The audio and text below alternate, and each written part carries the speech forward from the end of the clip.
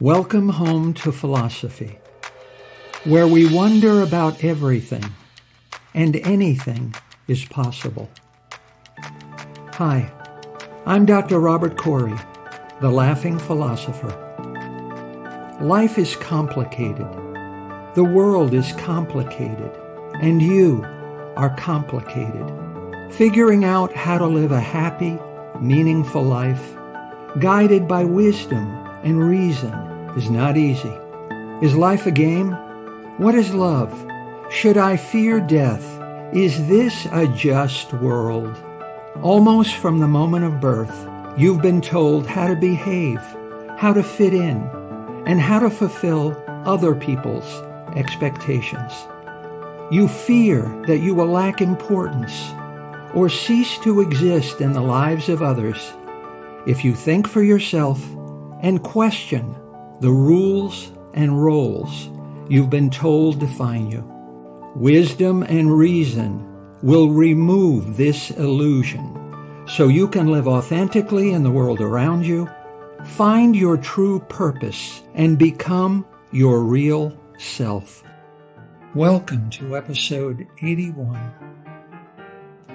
Why do mistakes happen? In his famous play, Measure for Measure, Shakespeare writes, "Our doubts are traitors and make us lose the good we often might win by fearing to attempt." So why are you so afraid to make mistakes? There are only two types of fear. Innate fears are instinctive. Science suggests that we are born with only two innate fears: fear of falling and fear of loud noises. That is all. All other fears are learned. We are social beings. Our biography is social. We learn from personal experience and from observing and interacting with other people. You were not born with an innate fear of dogs. But as a child, if a dog bites you, then you might carry that learned fear your whole life. You are not born with an innate fear of sharks. Perhaps you've never even seen a real-life shark. But if you are told by enough people that sharks are evil and dangerous, then you may carry that learned fear forever. Imagine all but two of your many, many fears are made up, manufactured, and socially learned. Marcus Aurelius said, "If you are distressed by anything external, the pain is not due to the thing itself, but to your estimate of it, and this you have the power to revoke at any moment." Why are men so afraid of asking for help? Why are women so afraid of asking a man out on a date? Why are we so afraid of telling the truth to a dying person? Why are men so afraid of losing their hair? Why are women so afraid of snakes? Why are we so afraid of making mistakes? It's because almost from the moment of birth, we are socialized to be afraid of making mistakes. Fear of making mistakes is man-made. It is learned. And so you have the power to revoke this fear at any moment you choose. Why are mistakes mistakes? Making mistakes is really all about judging human actions. Utilitarians judge human actions purely on outcome. Whatever I intend when I do something is irrelevant. If the outcome is good, then the action is good. You are thirsty, and I give you a glass of water. You drink it, and you feel better. Therefore, my action is good. In judging human behavior, outcome is an important consideration, but it's not the only consideration. We tend to judge human actions to be good or bad based only on outcome. However, intention is important too. Kantians put intentions, not utility, at the center of our judgments. If you plan to do a good thing, and a good thing happens, then your actions are good. But if you intend to do something good, and somehow something not intended and bad happens, then your actions are still good because of your good intentions.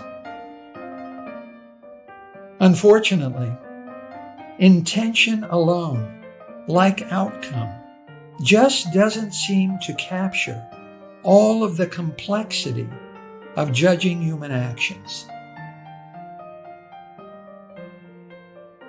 Aristotle, too, thought both intention and outcome are important, but that human actions are very complicated things. He recognized that actions involve feelings and desires, and he believed they also needed to be taken into account. Aristotle described situations and circumstances so complicated that it's impossible to decide how to judge, how to feel, and what to think. And that's Aristotle's whole point. You can't make a mistake because it's impossible to judge human actions. You can't make a mistake because there are no mistakes. Epictetus said, "What upsets people is not things in themselves, but their judgments about these things." When you're a child, the world is painted black and white. Some things are good for you, other things are bad for you. Some people are good, other people are bad. Some words are bad, other words are good. Some beliefs are bad, other beliefs are good. Some acts are bad, other acts are good. Some feelings are bad, other feelings are good. There are good people and bad people. There is good behavior and bad behavior. There is good and bad. That is all. Everything is either absolutely good or absolutely bad. A child thinks that Christians are always the good guys. Atheists are always the bad guys. Divorce is always wrong. Mother is always right. Lying is always wrong. Telling the truth is always right. There is one right way to do something, and the other 99 ways are wrong.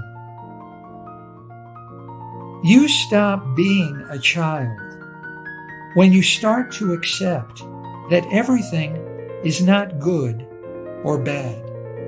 It's neither good nor bad. It's both good bad or bad good. Everything is not black or white.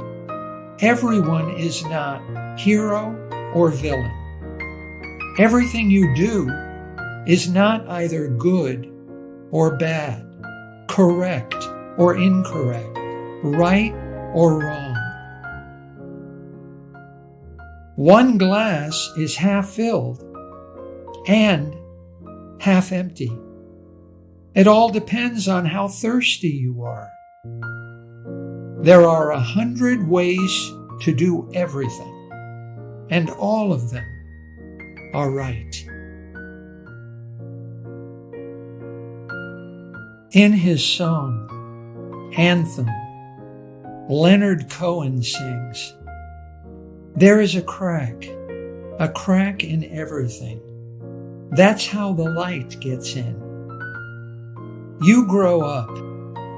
When the light gets in through the cracks in your imagination of the world, you begin to see that every rule has its exceptions.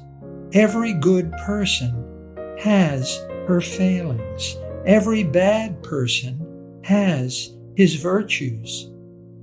Every good thing has its defects. Every bad thing has its benefits. Some people are good bad, but not evil. Some people are bad good, but not virtuous.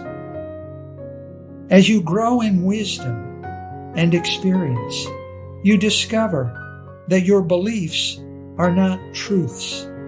Claims are not proof. Truth really means, to the best of my knowledge. Always really means probably. Absolutely really means maybe. All of the time really means most of the time. Perfection really means as good as it gets. Ideal really means best. Never really means once in a while. Certain really means most likely. Forever really means in the foreseeable future. You stop expecting human actions to be rational. You start being an adult when you stop expecting everyone to follow the same rules. You stop expecting a just world where good people are always rewarded and bad people are always punished. You stop expecting the world to be as you think it ought to be and start accepting the world as it is. You learn to go with the flow or be dragged. In the real-life world, judging the goodness and badness of human actions is a messy affair. Life can only be understood by looking backward, said Kierkegaard, but it must be lived looking forward. Utilitarians judge a human action to be a mistake whenever the outcome is bad. Intentions don't count. Looking backward, we see clearly that human actions cause outcomes. And these outcomes become new actions that cause new outcomes. And these new outcomes become even newer actions that cause even newer outcomes. And so on and on. In other words, the chain of cause and effect relationships is endless. Every action is an outcome, and every outcome is an action. Everything is effect to what caused it, and cause to its effects. Everything is outcome to the action that caused it, and action to the outcome caused by it. In this never-ending chain of causes and effects, actions and outcomes, where do you stop on a link to judge the goodness and badness of human behavior? Wherever you choose to stop is arbitrary and subjective. And so, Aristotle suggests you don't stop.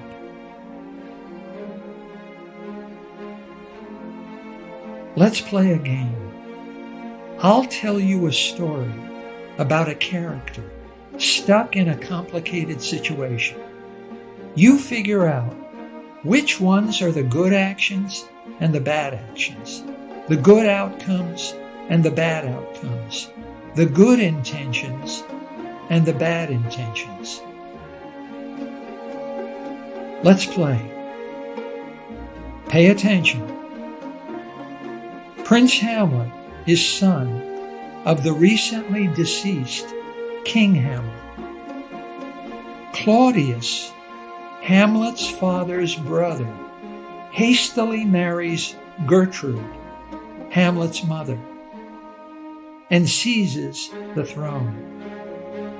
King Hamlet's ghost appears to his son and tells the prince he was murdered by his brother, Claudius.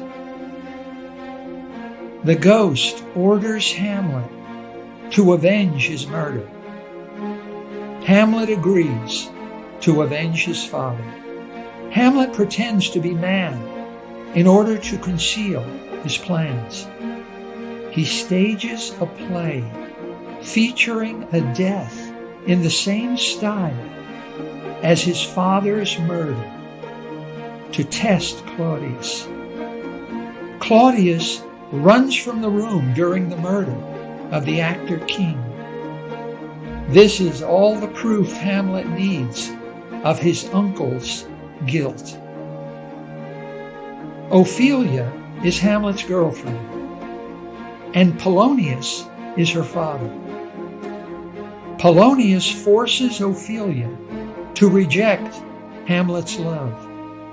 Polonius conspires with Claudius against Hamlet. Hamlet kills Polonius. Ophelia commits suicide, unhinged by grief. Gertrude accidentally drinks a poisoned glass of wine Claudius intends for Hamlet. Gertrude, after telling Hamlet she has been poisoned, dies. Laertes, Ophelia's brother, enraged by his father's murder and sister's suicide, wounds Hamlet with a poisoned sword. Hamlet wounds Laertes with his own poisoned sword. Laertes dies. Hamlet kills Claudius. Hamlet dies.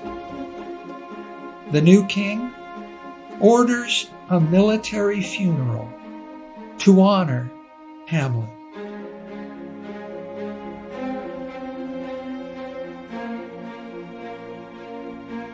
Okay, it's time to make up your mind. What are the mistakes and who made them? Who are good and who are bad? Every action, every outcome, and every intention is both good and bad. Every character in this story is neither good nor bad, but good bad or bad good. A good person in some important ways, and a bad person in other ways. You are complicated. Your life is complicated, no less complicated than the life of Prince Hamlet. There are no mistakes. Something happens and has consequences, and consequences have consequences. On and on. That is all. Judging human actions is a very tricky business. Intentions and outcomes seem to be how humans prefer to judge good and bad behavior. Yet, the goodness and badness of intentions and outcomes are in the eye of the beholder. Nietzsche said, "There is no such thing as moral phenomenon, but only a moral interpretation of phenomenon." In other words, good and bad are subjective categories and human creations. You can't make a mistake because there is no such thing as a mistake. Why are you so afraid to make mistakes? There is nothing real to be afraid of.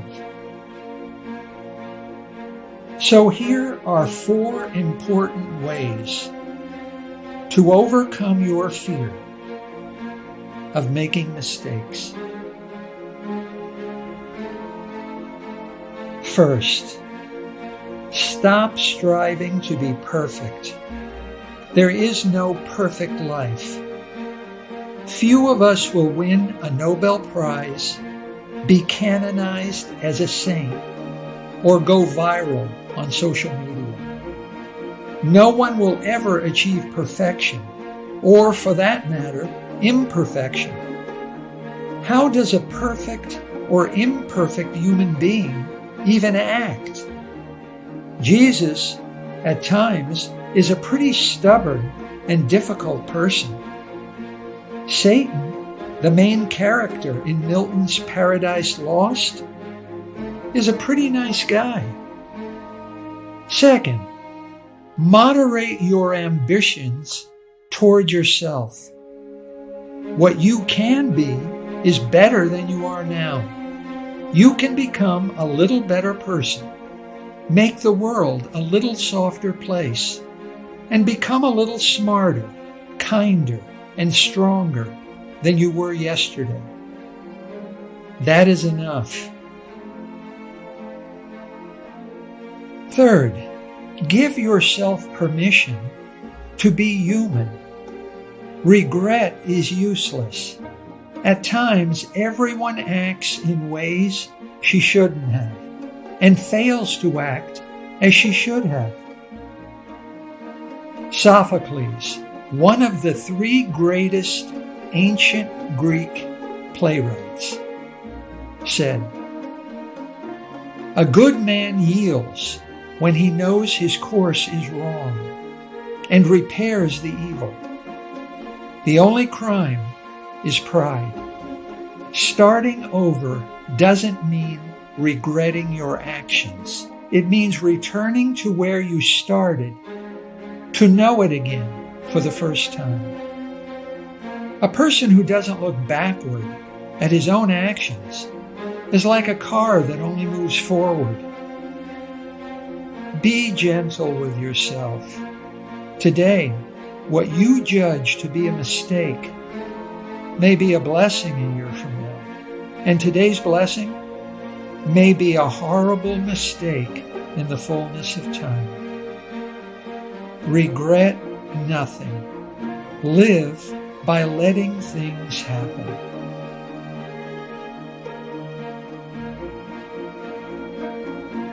And fourth, George Bernard Shaw said, "A life spent making mistakes is not only more honorable, but more useful than a life spent doing nothing." Making mistakes is more useful than doing nothing in fear of making mistakes. Don't lose the good you might win by fearing to attempt. Fear not. Act on your own wisdom and good sense and let life happen. Frank Zappa said, "It's better to have something to remember than anything to regret." Go and do something. And when you go all the way. Stop being afraid to make mistakes, and you will be amazed at what you can do.